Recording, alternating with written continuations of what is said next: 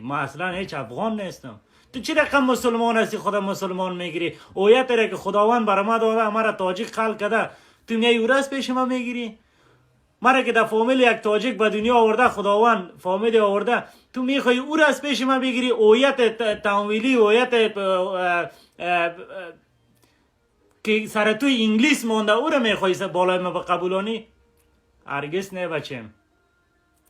شما هوشیار شه، روی تان خدا ببینه، روی تان رسول ببینه، بس کنی از این بدبختی، از این که تو در کلی ازو ده او در کلی ازو ده. او تاجیکا شما را میگم بری یکم یاد بگیره از طالب نجس، از نفرای اشرف غنی کمونست لعین که سعی کنه دلایف طالبشان برو. اول میگه تو باید افغان شوی، دلایف غنی خیلان برو میگه تو افغان هستی، دلایف سگشان برو میگه تو باید اول افغانیت قبول کنی، دلایف لربرشان برو، دلایف خرشان برو، دلایف انسانشان برو. یعنی سعی کنی یا چقدر کدما تعصب دارن، چی قدر یا فامید نجات پرست هستن. بله یا بگو مشنم. یعنی اینی اخلاقش است، کسی که دغدر کلان شده باشه. نه اینی اخلاق یک افغان است. نه مرا میگه بیا افغان شو، مرا میگه بیا افغان شو، اینی اخلاقش است. اینی اخلاق افغان است. اقدر بر پدرت نالد. اینی اخلاقی مردم است. او بدر یک صدای بکش که بگو متحد چه فامیدی ها را زور میده. گفتم اینم که بگو تاجیک، ما تاجیک هستیم، ما هزار هستیم، ما ازبک هستیم، یا را زور میده. بگو ما با بیرق، اینی بیرق برش بدونی بیرق، فقط بگو تاجیک ازبک هزار هستیم، انت دعوت میزنن. بیا کدازی بیادری کو، بیا کدازی فامیدی رفیقی کو، بیا کدازی زیر یک پرچم زندگی کو. ما چی رقم زندگی کنم؟ علیکم سلام دوست عزیز، خوش آمدی.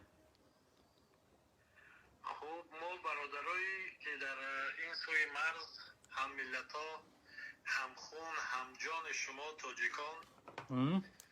تاجیکانی که در خارج کشور تاجیکستان زندگی میکنن، در اون هر جایی که زندگی میکنن اونجا تاجیکستان است. یک ارمی بزرگ تاجیکان، یک جوانای زیادی هستن که در افیرهایشون در رایفهای شما میشینن و انشاءالله که تیار هستن برای آزادی و برای آبادی و برای زندگی آسایشته شما جان خود را عطا کنند. لیکن اما در این روزا ما بسیار میبینیم پشتونا و دیگر اون نفرانی که دارن بر سر ملت ما سنگ میزنن، خبر بر همه برسانند که ملت تاجیک هنوز نمرده است. ملت تاجیک تا آخرین دمی که در این دنیا خداوند مردم را خلق کرده است و وقت داده است، تا اون دم نام تاجیک بلند میبردارن و با تمام تاجیکاشان حرکت میکنن و باوری هم داریم که میتوانیم که تمام تاجیکا در زندگی آزاد باشند. ما مردم آزاد منشینیم. دقیقاً قربان سلامت باشی. ما مونمو تاجیکا هستیم، ما هم سربلند زندگی کردیم، نمیخوایم فامیدی زیر کلمه افغان ما را فامیدی هویت ما را تبدیل کنن. ما مونمو تاجیک بودیم، تاجیک هستیم، تا زنده هستیم تاجیک میمانیم. خب انشاءالله. انا برون نفران تاجیکانی که امروز حرکت میکنن که خود را به افغان بشناسن، بلا به پسشان خوب گم شوند همون طرفی پشتونستان و افغانستان خودشان. روز می شود که باز ما میگردیم به یک دولت خراسان بزرگ. انشالله بخیر انشالله. و این زمین ها حتما زمین های بابا و اجدادای ما است. این زمین ها در تحت نظارت ما می شود.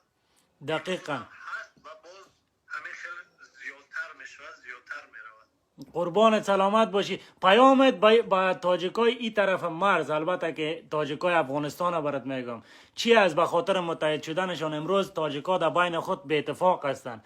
پیام چیست من حیث یک تاجیک؟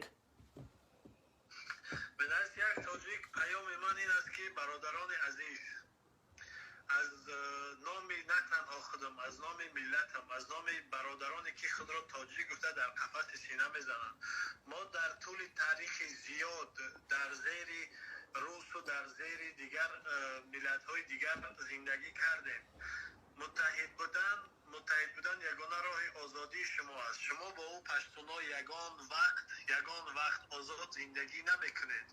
شما زندگی میتونید که یک طعام بخورید، یک به ماشین یگان جای دیگر رد، روح و وجود شما غلامی میشود. شما از غلامی بر بگردین، بیاین همراه شین، متحد شین بر ملت خود، چون یک مشت شین. اگر دو برادر نهند پشت به پشت، تن کوه را مالند به مشت. برای همین شما نمیتوانید که با او پشتونا، برای که انا مگنیت میگن در زبان روسی تاجیکی، آهنربا را به پشت که مانی از یکدیگر دور میشود. 40 سال است که شما با اون پشتونا از تمام زندگی بشریت، یعنی که رفتید قفا ماندید، پشت ماندید.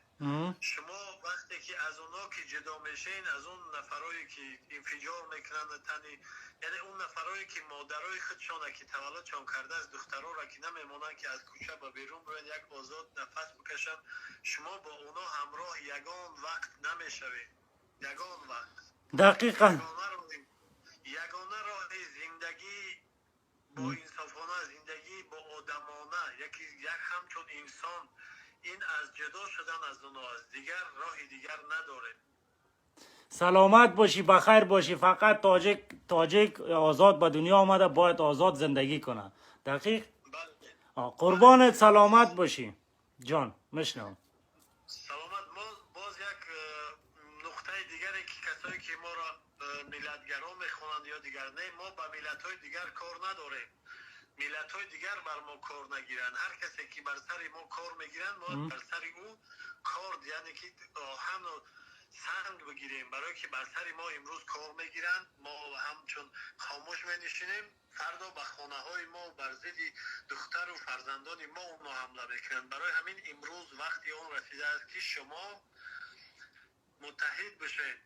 ما در نزد شما هستیم، ما متحد شده ایستادیم روز تا روز. ما در نزد شماییم، ما خون ما شما، برادرای ما هستید.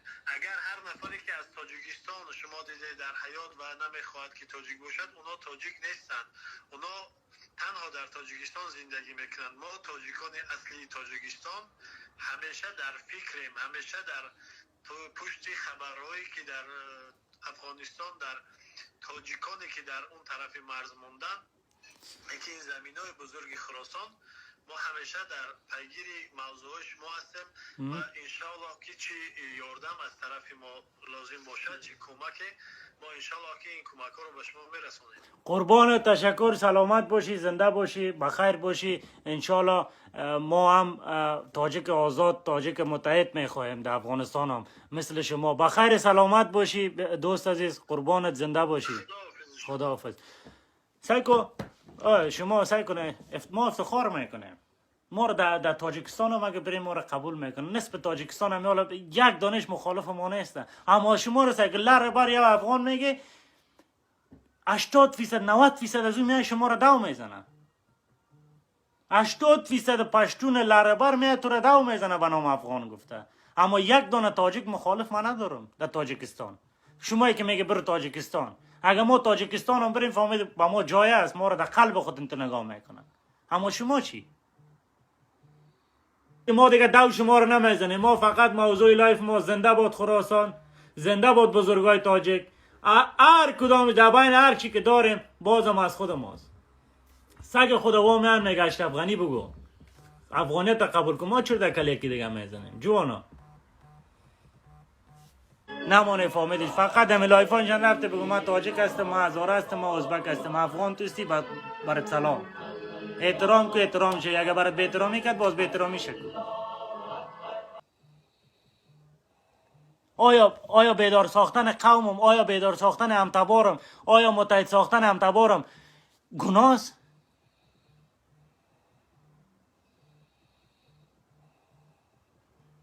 گپ بزن خدا، گپ بزن خدا. خدا در کمرتان ده، خود تبای ما کده. ام نام اسلام خود شما بد کده. اینی جایی که نوشته کده اوش این کسی است که در سر کو رمه چلانده این کارش که از اوش بوده اقدر نمان گوسپند اقدر اوش موش شما در قات خرا کلان شده شما گناهتان نیسته باش که مثلا به مردم تاجیک شما را واضح بسازن به ازبکا به کسایی که شما را ندیده این کسایی است به خدا به قرآن قسم یا در قات که و گوسپند کلان شدن که از اوش اقدر نمان بگه از اینیا استفاده میکنه و مردم شما با گپای از این فامیلی توینی رو نکنه این بیچاره گناهی نیست از اقدر بالای چیز رو ندیده نه بدر انسانیت دیده نه دیگر در قات گو گوسپند یک آدم در قات خر کلان شه از او چی یاد بگیره اقدر یاد بگیره اوش یا بدر انسانیت بگم فلان بسمدان من افغان نیستم تاجک با خراسانی بودنم افتخار میکنم جانم هستی یعقوبی صاحب ما 100% افتخار میکنم